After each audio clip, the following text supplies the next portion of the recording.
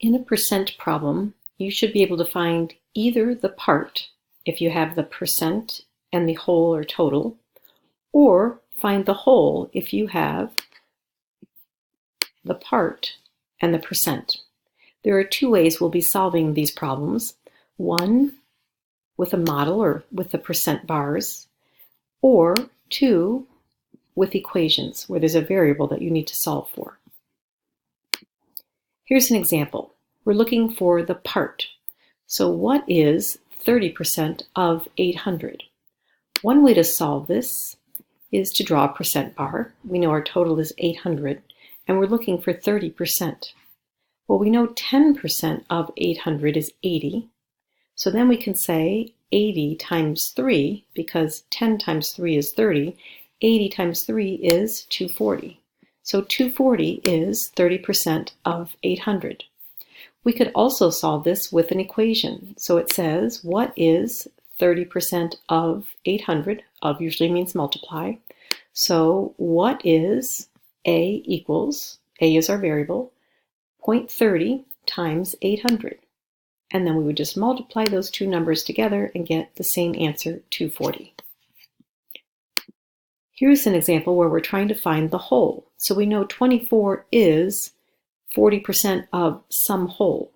So let's use a percent bar, and we can see that 24 is 40% of some whole, but we don't know what that is yet. Let's find 10%. So divide by 4, because 40 divided by 4 is 10. So 24 divided by 4 is 6. And then let's multiply by 10 to get to 100. So the answer would be 60. So 24 is 40% of 60. Let's try it with an equation. 24 is 40% of, I'll use W for whole, and I'll write 24 equals 0.40 times W. Remember, you can squish those numbers together when you're multiplying, so 0.40 times W looks like this. To get W by itself, we need to divide both sides by 0.40, and then we get our answer, which is 60, the same answer we got with the percent bar. Last, let's just review the 10% trick. 10% of 60 is 6. We just move our decimal one place to the left.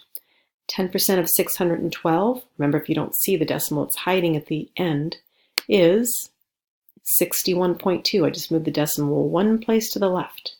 And 10% of 3.3 is 0.33. I just moved the decimal one place to the left. Once I know 10%, it's easy to find 5% because 10 divided by 2 is 5. So 6 divided by 2 is 3. So 5% of 60 is 3. And 20% of 60 would be twice as much as 10%, or 12.